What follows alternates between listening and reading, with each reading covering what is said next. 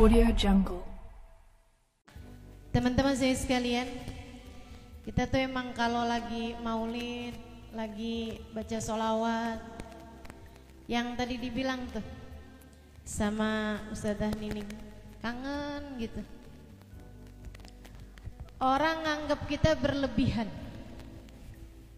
Sebenarnya nggak pernah berlebihan buat Nabi Muhammad. Yang nganggap kita berlebihan tuh karena mereka nggak kenal siapa Nabi Muhammad, nggak tahu seperti apa hakikat kemuliaan Nabi Muhammad. Kalau tahu, kalau kenal, kalau paham, mahma amilna, kita mau ngapain aja buat Nabi Muhammad, itu tidak pernah melebihi, bahkan sekedar menyamai atau bahkan yang pantas gitu buat Nabi Muhammad tuh belum. Kayak ibarat nabinya tuh 100 gitu ya nilainya. Ini kita nih misalnya gitu ngerjain apa aja tuh paling bisa 3, 4 gitu. Ya gimana? Habibana Ali Habsyi, guru cinta kita kepada Nabi besar Muhammad Sallallahu Alaihi Wasallam, guru cinta kita kepada Nabi yang udah bikin kitab Maulid Simtuduron yang tadi dibaca, yang udah bikin puji-pujian kepada Nabi Muhammad yang luar biasa indahnya. Itu beliau bilang, wa in kanatil alsun la tafi bi usyri mi'syari awsafi dzalikal mausuf. Kitab Maulid tadi itu yang dibaca itu ada bahasa begitu. Walaupun nih sebisa-bisa saya memuji Nabi Muhammad, sebisa-bisa saya menceritakan tentang Nabi Muhammad, sebisa-bisa saya berkata tentang Nabi Muhammad, la tafi bi usyri mi'syari awsafi dzalikal mausuf, tidak menyamai 1%. 1%, 1/10-nya 1/10, berarti kan 1% dari hakikat kemuliaannya Nabi Muhammad. Nah kalau yang dilakukan Habibana Ali Habsyi aja nggak nyampe 1%, gimana dengan yang kita kerjain? Berapa tuh? Orang tuh semakin ngerti Nabi Muhammad, semakin faham Nabi Muhammad, semakin kenal sama Nabi Muhammad, jadi ngerasa betapa yang kita kerjakan buat Nabi Muhammad nggak ada apa-apanya, belum pantas. Andai pun diterima, bukan karena bagusnya yang udah kita kerjain, tapi karena kedermawanan Nabi Muhammad Sallallahu Alaihi Wasallam. Marhaban bil qaili adlan, marhaban bisolati ahlan, marhaban. Itu la ilaha illallah, alhamdulillah rabbil alamin, Allahumma salli wa sallim ala sayyidina Muhammadin wa ala ali sayyidina Muhammad. Allahumma rabba hadhihi ad-da'wati at-tammah was-salatil qa'imah ati sayyidina Muhammadan al-wasilata wal fadilah wasyarafa wad-darajata al-'aliyata ar-rafi'ah wab'athul maqamal mahmud alladhi wa'adtah innaka la tukhliful mi'ad ya arhamar rahimin. Rabbi ufli wa liwalidayya, Rabbi ufli wa liwalidayya, Rabbi ufli wa liwalidayya, Rabbi ufli wa liwalidayya warhamhuma kama rabbayani saghira. Sallallahu ala sayyidina Muhammadin wa ala alihi wa sahbihi wa sallam. Alhamdulillahi rabbil alamin. Jadi kata Habib Ali Habsyi, la tafi bi usyri mi'syari awsafi dzalikal mausuf. Yang saya lakukan gak nyampe 1% dari hakikat kemuliaannya Nabi besar Muhammad. Saya jadi ingat ucapan Sayyidina Abu Bakar As-Siddiq. Kalau kita tanya siapa orang paling dekat sama Nabi Muhammad, Sayyidina Abu Bakar. Sayyidina Abu Bakar itu teman-teman saya sekalian, sampai nabinya sendiri bilang, ana wa Abu Bakar kasyirakin na'al ghaira anni sabaqtuhu bin nubuwah. Saya sama Abu Bakar nih kayak sepasang sendal. Sepasang sendal, jalan satu lagi, jalan satu lagi. Ghaira anni sabaqtuhu bin nubuwah. Hanya saja saya akan selalu mengungguli Abu Bakar karena saya Nabi, Abu Bakar bukan. Gitu. Jadi kayak ibaratnya kalau zaman sekarang nih, Nabi itu menyebut Sayyidina Abu Bakar nih kayak truk gandengan tuh, Sayyidina Abu Bakar gandengannya gitu. Kayak gitu. Ini adik-adik jomblo, truk aja punya gandengan. Maaf. Sendal jepit aja punya pasangan. Saya doain dah mudah-mudahan habis ini. Habis ini yang jomblo-jomblo kawin juga. Yang janda-janda di bawah 45 tahun, saya doain ya. Yang di atas itu jangan dah ya. Kuotanya buat yang jomblo aja. Teman-teman sekalian, yang paling kenal Nabi Muhammad tuh Sayyidina Abu Bakar. Yang paling dekat sama Nabi Muhammad Sayyidina Abu Bakar. Segitunya Sayyidina Abu Bakar pernah berkata tentang Nabi Muhammad. Ketika beliau ditanya-tanya tentang Nabi Muhammad, Sayyidina Abu Bakar berkata, ma'arafna minhu illa dzil. Saya kenal Nabi Muhammad tuh kayak kenalnya seseorang ngeliat bayangannya doang gitu. Nabi gak punya bayangan, tapi ibaratkan rumah atau siapa gitu kan yang ada bayangannya, itu saya kayak baru lihat bayangannya doang, belum pernah bener-bener kenal orangnya. Itu Sayyidina Abu Bakar. Sayyidina Abu Bakar, orang paling dekat sama Nabi Muhammad. Beliau bilang, saya tuh kayak kenal sama Nabi baru sekedar bayangannya doang gitu. Dari nggak ngerti hakikat kemuliaannya Nabi Muhammad SAW. Ya gimana bisa kenali Nabi Muhammad sehakikatnya kenal. Nabi Muhammad itu cahayanya Allah. Nabi Muhammad itu cahayanya Allah. Qala ya Jabir innallaha khalaqa qablal asya nura nabiyyika Muhammadin sallallahu alaihi wasallam min nur. Wahai Jabir, ketahuilah. Waktu Jabir nanya, Rasul, apa sih yang pertama kali Allah ciptakan sebelum diciptakan apapun? Apa dah Rasul? Penasaran saya. Surga kah, arsy kah, Jibril kah? Yang pertama Allah ciptakan sebelum Allah ciptakan apapun. Nabi Muhammad berkata, wahai Jabir, yang pertama kali Allah ciptakan sebelum segala sesuatu adalah cahayanya Nabi Muhammad. Diciptakan min nurih, dari cahayanya Allah. Dari cahayanya Allah. Jika Allahnya la yudrikuhul absar, tidak pernah bisa dipandang sama mata, Nabi Muhammad nih cahayanya Allah. Nggak akan ada mampu satu hati memahami hakikatnya. Nggak ada yang bisa.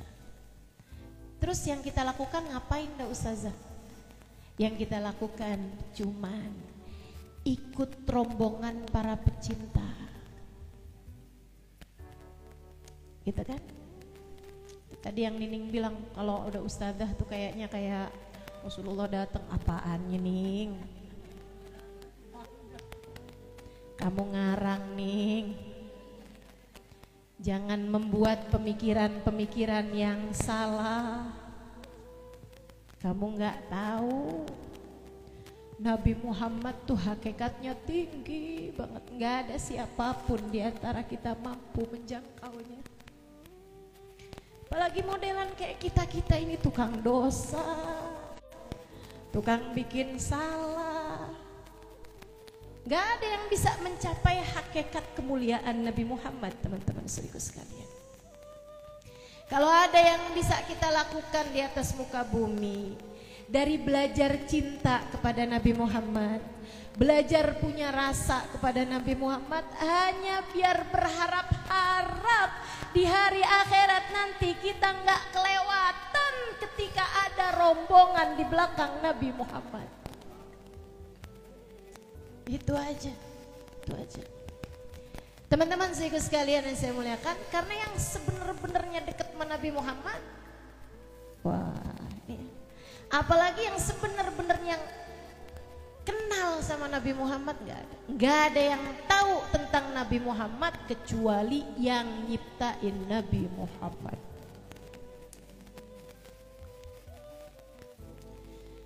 Mudah-mudahan Allah tidak halangkan kita dari rasa cinta kepada Nabi besar Muhammad.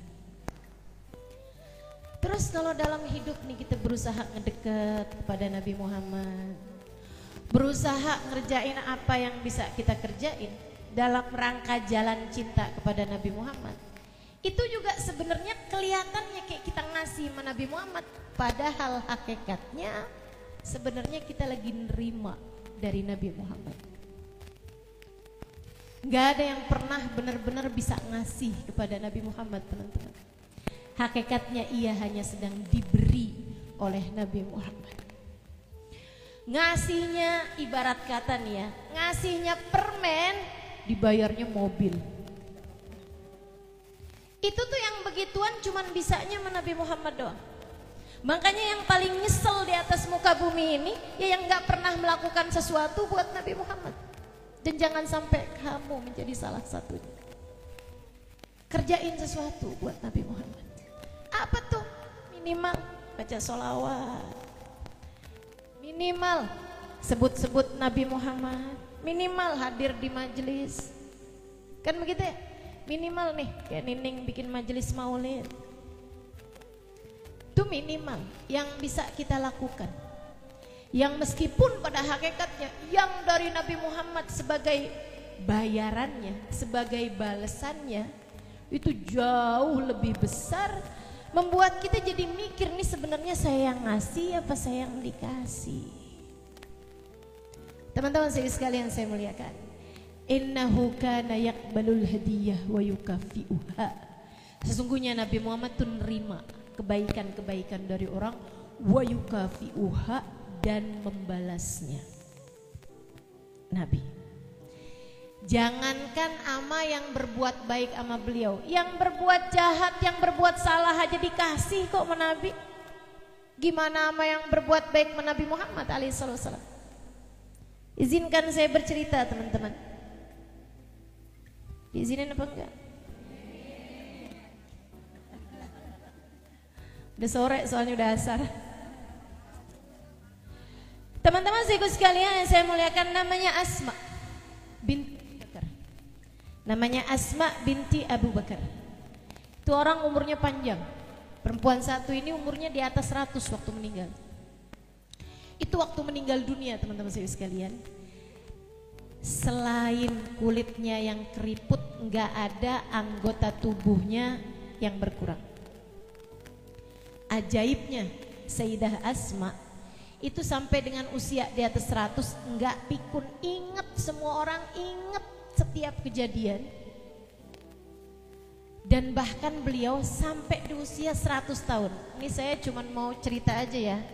Jangan terus kamu liatin diri kamu ya, atau liatin diri saya.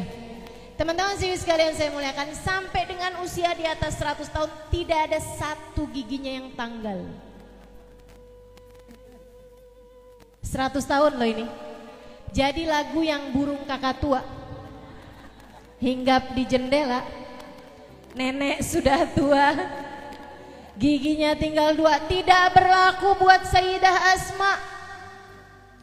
Usianya 100 tahun lebih waktu meninggal dunia, tidak ada satu gigi pun yang tanggal. Kenapa? Ya kenapa lagi menurutmu?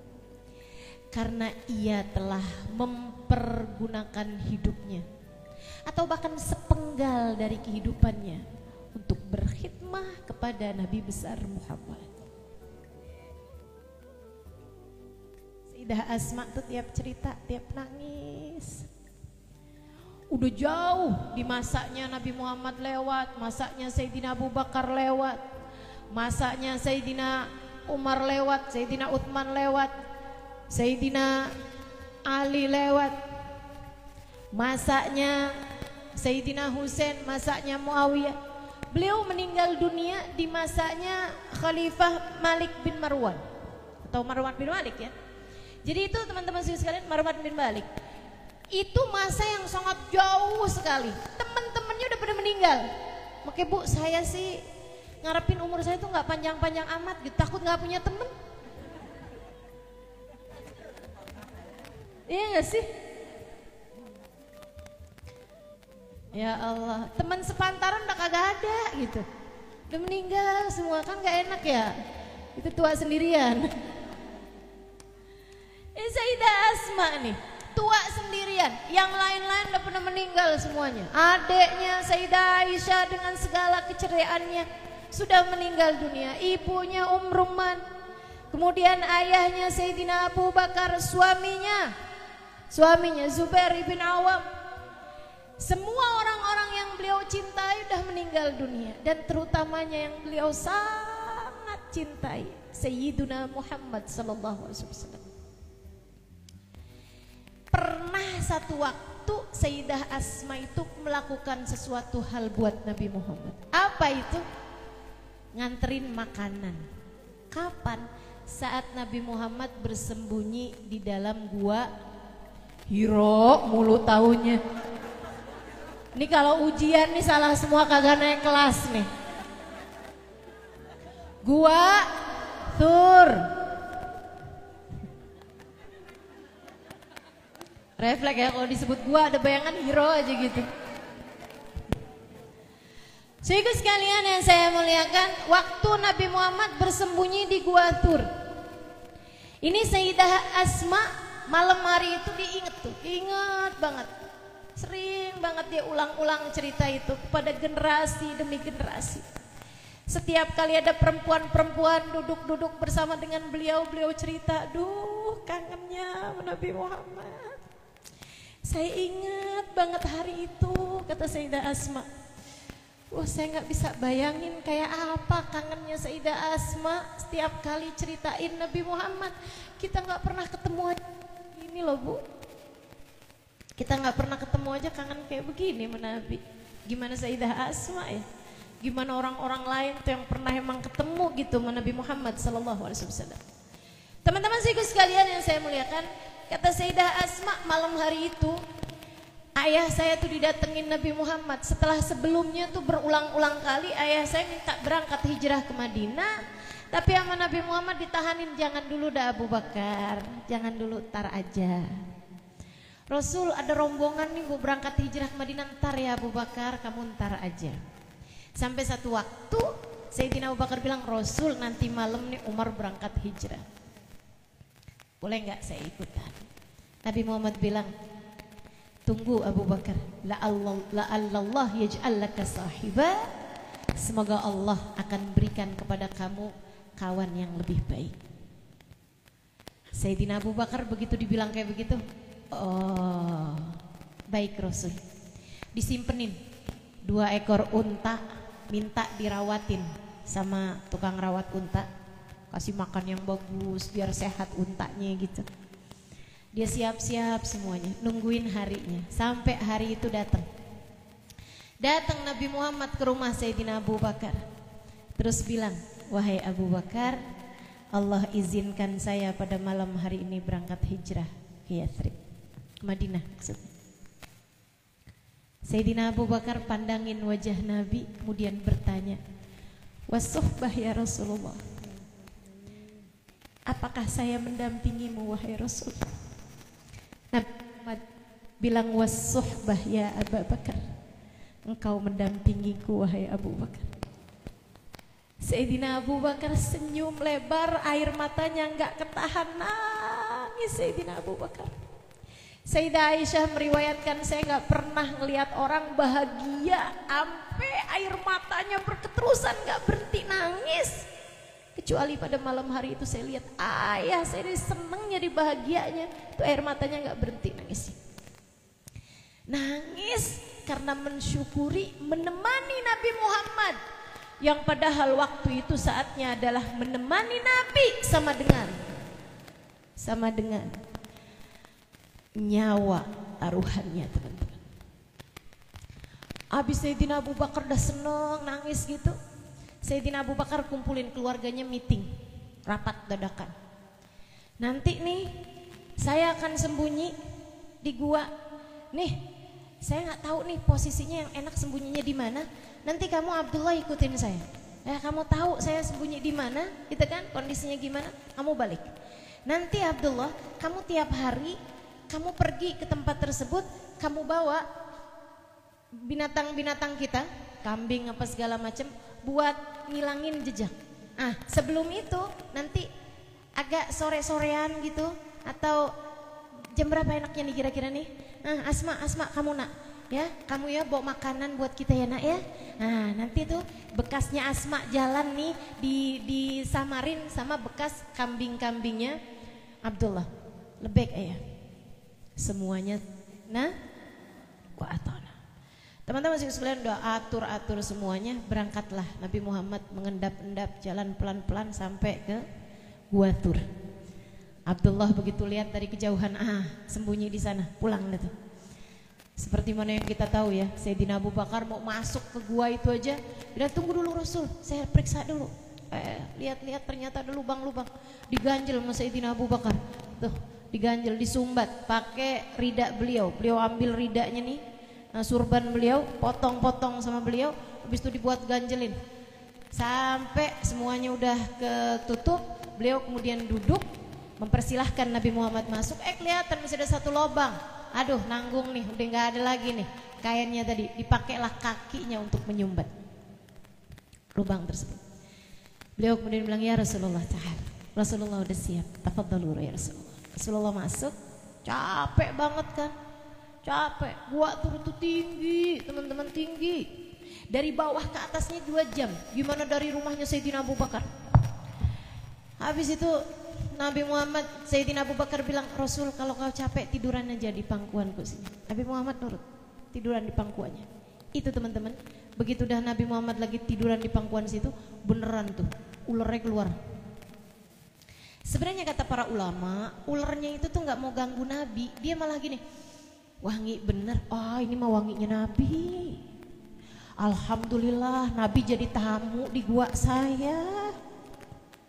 Pengen ketemu tuh ular sama Nabi Muhammad.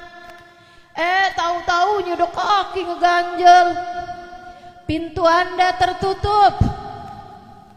Kesel banget, digigit tuh. Subhanallah, ular menggigit karena cinta. Sayyidina Abu Bakar digigit ular, ditahanin sakitnya karena cinta. Adakah di antara kita yang ketika digigit binatang berbisa sempat mikir teriak apa enggak enaknya ya? Gak ada. Teriak itu perkara spontan. Tapi dari gedenya cinta Sayyidina Abu Bakar sampai yang spontan gak jadi spontan. Yang spontan pun mampu beliau tahan. Kenapa? Engkau menahan sakitmu wahai Sayyidina Abu Bakar sampai engkau tidak berteriak, atau bahkan sampai engkau tidak menjadikan kakimu itu kamu gerakkan biar nggak digigit sama si ular. Sayyidina Abu Bakar, aku takut jika aku menggerakkan kakiku atau aku berteriak, Nabi Muhammad terbangun dari tidur. Cinta model apa itu yang sampai rela mati digigit bisa, digigit ular berbisa, hanya agar tidurnya sang kekasih tidak terganggu. Ini cinta kelas langit ke-7 sih menurut saya. Ini cinta yang luar biasa tingginya teman-teman. Kita sih kayak gimana cintanya sama Nabi, lapar aja, ngantuk tidur aja, bukan begitu? Capek istirahat aja gitu. Kita model cinta kaleng-kaleng mah ini, yang punya sama mereka-mereka ini baru namanya cinta yang enggak kaleng-kaleng.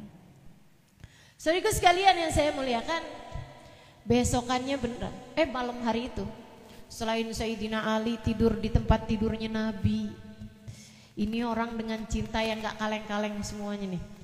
Sayyidina Ali tidur di tempat tidurnya Nabi, selimutan, pakai selimut Nabi, suruh tutupin sampai ke kepalanya teman-teman.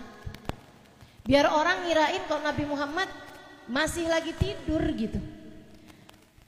Abis itu pagi-pagi mereka tahu bahwasanya Nabi Muhammad ternyata udah jalan, disamperin dong rumahnya Sayyidina Abu Bakar. Tanyain, di mana Muhammad? Di mana bapak kamu Abu Bakar? Semuanya bilang saya nggak tahu. Abu Jahal deketin Asma, yang saya lagi cerita, perempuan. Abu Jahal itu badannya gede teman-teman, mukanya ganteng. Nah ini biasanya agak tekanan buat perempuan-perempuan, makanya saya harus tekankan ini. Biasanya perempuan tuh kalau misalnya gede doang gitu kan, wah berani dah saya ngadepin, ganteng. Langsung suka rada meleleh kalau ketemu orang ganteng ya. Jadi si Abu Jahal ini badannya gede, orang kaya, orang sangat terpandang masa tersebut, dan mukanya tuh cakep. Abu Jahal juga gitu. Nah ini Abu siapa tadi? Jahal.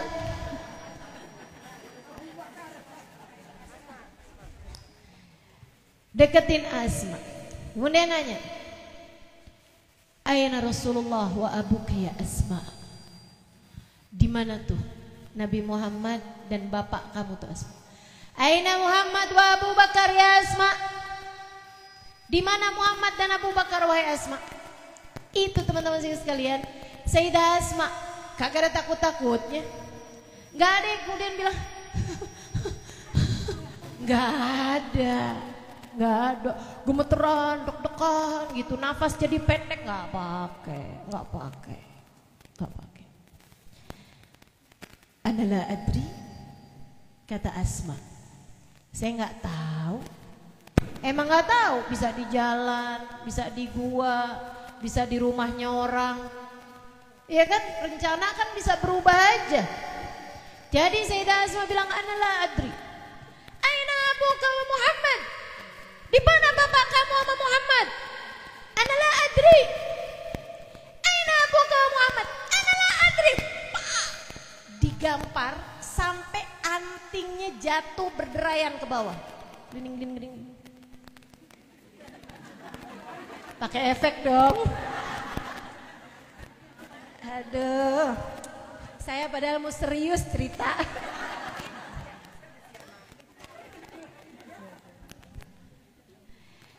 Tuh teman-teman saudaraku sekalian, telinganya pernah digampar karena Nabi Muhammad.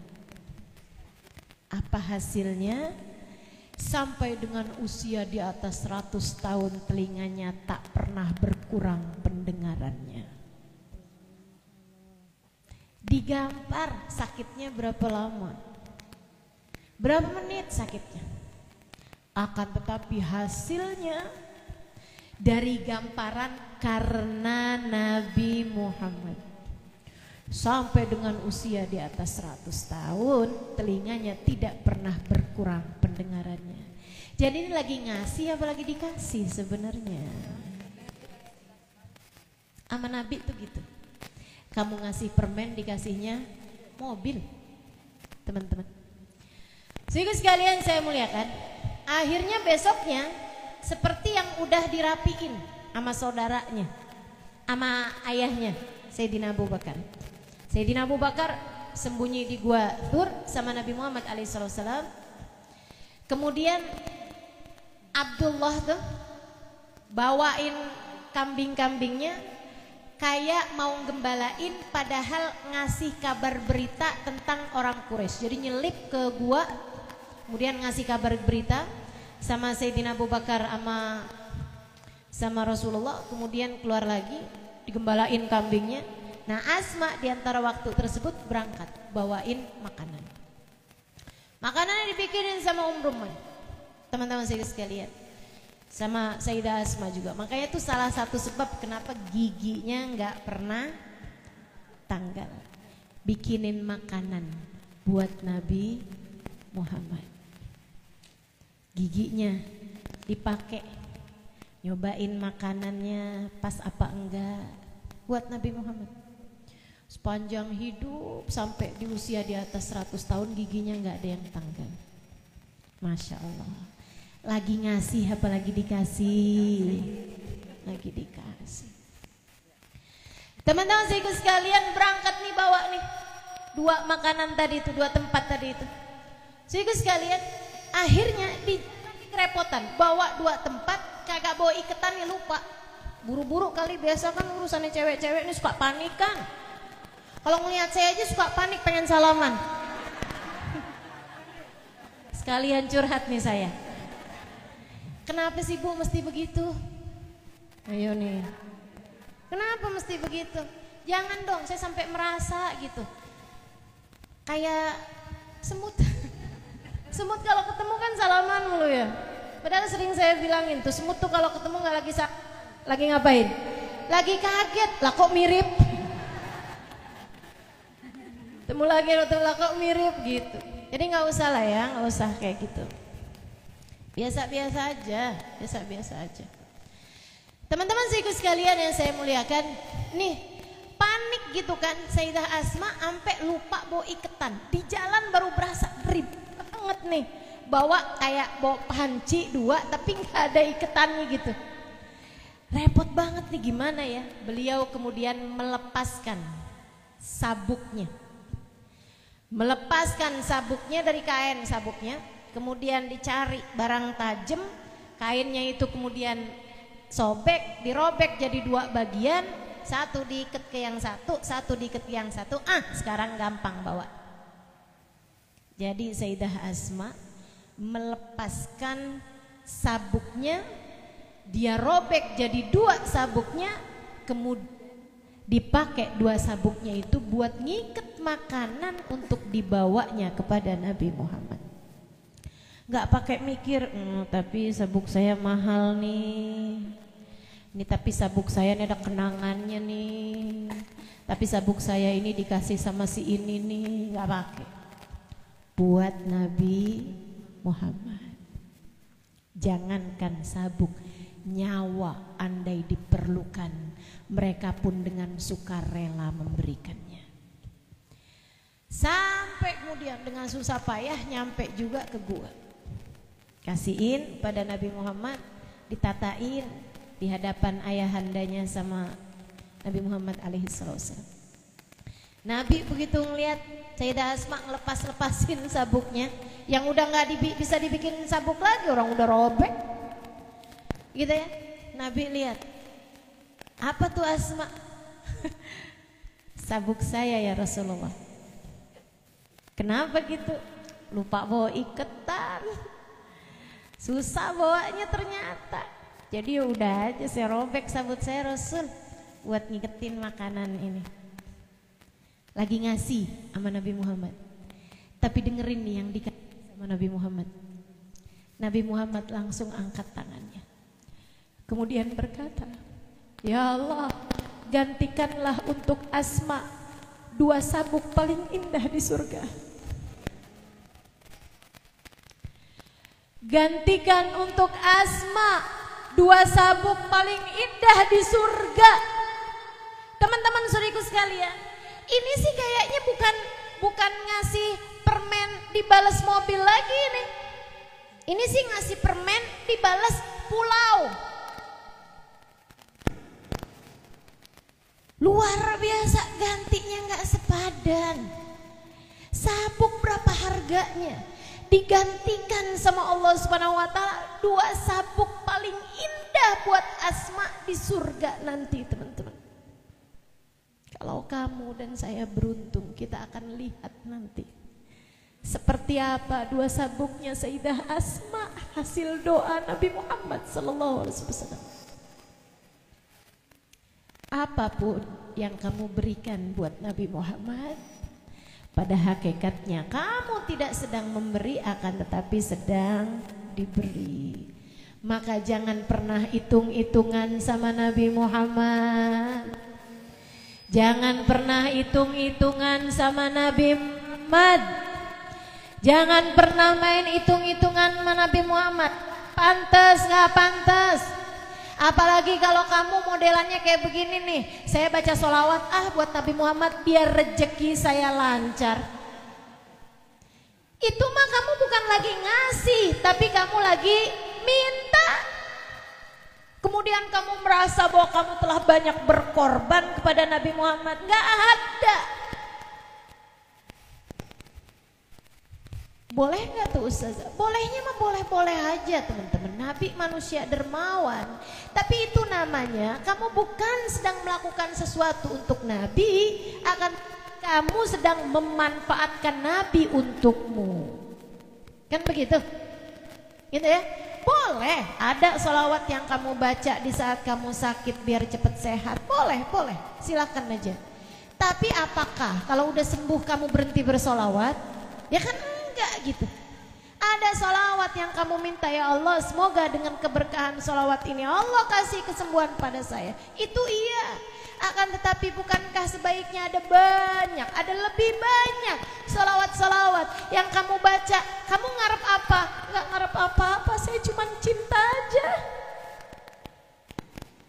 Kenapa kamu selalu sebut-sebut namanya? Karena tak ada yang lebih indah untuk disebut namanya lebih daripada Nabi Muhammad. Kenapa sih seneng banget hadir-hadir maulid? Ya ampun. Karena nikmatnya hadir di majelis maulid, nikmatnya menyebut-nyebut namanya, nikmatnya mendengar cerita tentangnya adalah kenikmatan yang saya rasa tersisa dari dunia ini. Surga nikmatnya kalau ada di atas muka bumi ini, nikmatnya ada pada majelis-majelisnya Nabi besar Muhammad. Betul gak? Betul gak? Maka teman-teman saya sekalian, yuk jangan pernah hitung-hitungan sama Nabi Muhammad. Bikin majelis maulid kayak begini nih, aduh gimana ya, berapa biayanya ya? Ada gak usah.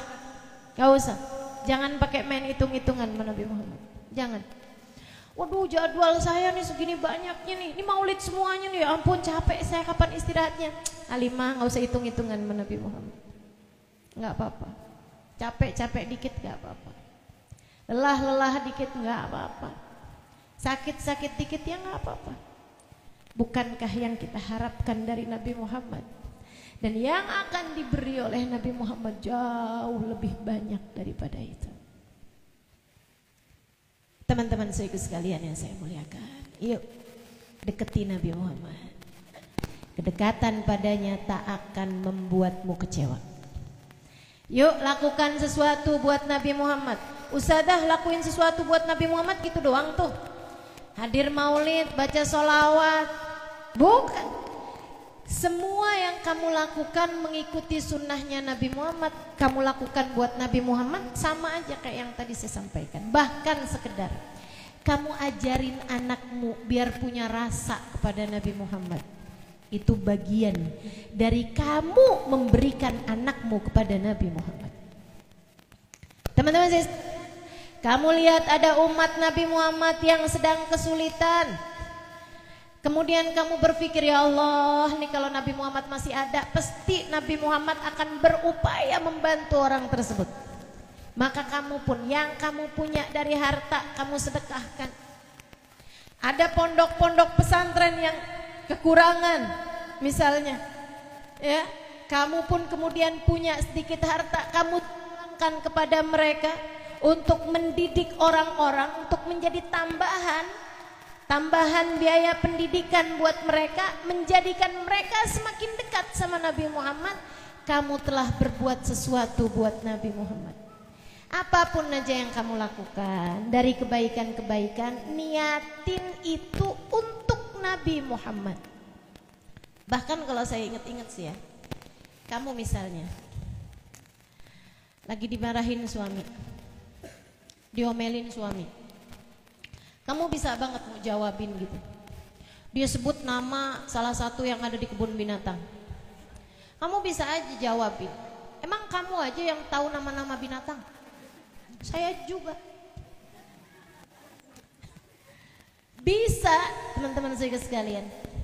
Akan tetapi kamu ingat hadisnya Nabi Muhammad. Kalau ada perempuan sholatnya benar, puasanya benar, dia taat, dia baik, dia hormat, dia rapi sama suaminya, sampai dia meninggal dunia dalam keadaan suaminya ridho kepadanya, maka nanti lihat, dia boleh pilih mau masuk surga dari pintu manapun yang dia inginkan. Setiap kali dia mau jawabin ucapan suaminya, diingat-ingat, ya ampun, surga nih sama Nabi Muhammad. Saya nggak mau batalin dah. Saya nggak mau batalin. Saya nggak mau batalin tiket surga yang dikasih Nabi Muhammad buat saya sebagai seorang istri. Maka dia sabar, dia senyum aja, suaminya bilang begitu. Dia senyum aja. Suaminya nanya, kamu kok senyum-senyum gitu? Senang jadi istri kamu, Bang. Kamu tuh, Bang, lagi baik, lagi marah, tetep aja cakep. Bisa nggak begitu ya? Ini saya ngomong doang nih. Masya Allah. Sambil minta kepada Allah buat bisa ngamalinnya. Sehingga sekalian yang saya muliakan, itu artinya kamu menahan diri untuk Nabi Muhammad. Karena bagaimanapun teman-teman, kalau saya pikirin ya, kita kan harapannya nih satu nih, pada ujungnya bisa digiring di belakang Nabi Muhammad, bisa masuk dalam rombongan Nabi Muhammad. Tapi kalau saya pikir-pikir gitu, emang mau Nabi Muhammad di belakangnya ada istri-istri tukang ngomel gitu? Pantas gak kira-kira? Gak pantas. Ada emak-emak yang tukang marah-marah sama anaknya gitu, emang pantas gitu? Gak pantas. Ada orang ninggalin sholat gitu, pantas emang? Gak pantas. Ada cewek-cewek yang suka genit melaki-laki, pantas gak kira-kira ada di belakang Nabi Muhammad? Gak pantas. Maka setiap kali ajakan untuk berbuat dosa, setiap kali ada ajakan untuk berbuat kesalahan, setiap kali ada apapun aja keinginan untuk membuatmu berbuat kesalahan dan dosa-dosa, ingetin, ya Allah, ini takut nih kalau sampai kemudian kita jadi nggak bisa barengan sama Nabi Muhammad gara-gara hal ini. Maka kita sabar ninggalin dosa karena kita kepengen barengan sama Nabi Muhammad. Pada setiap kesabaranmu nanti akan dibayar sama Nabi Muhammad dengan berlipat ganda, dan kita berharap bayaran kita adalah kebersamaan dengan baginda Nabi besar Muhammad sallallahu alaihi wa ala alihi wa sahbihi wasallam. Allahumma rabbana taqabbal minna innaka antas samiul alim, tub alaina innaka antat tawwabur rahim. Da'wahum fiha subhanakallahumma wa tahiyyatuhum fiha salam. Akhiru da'wana anil hamdulillahi rabbil Fatihah bil qabul ta'ami kulli sul wa ila hadratir rasul. Al-Fatihah. Alhamdulillah rabbil alamin arrahmanir rahim maliki yaumiddin.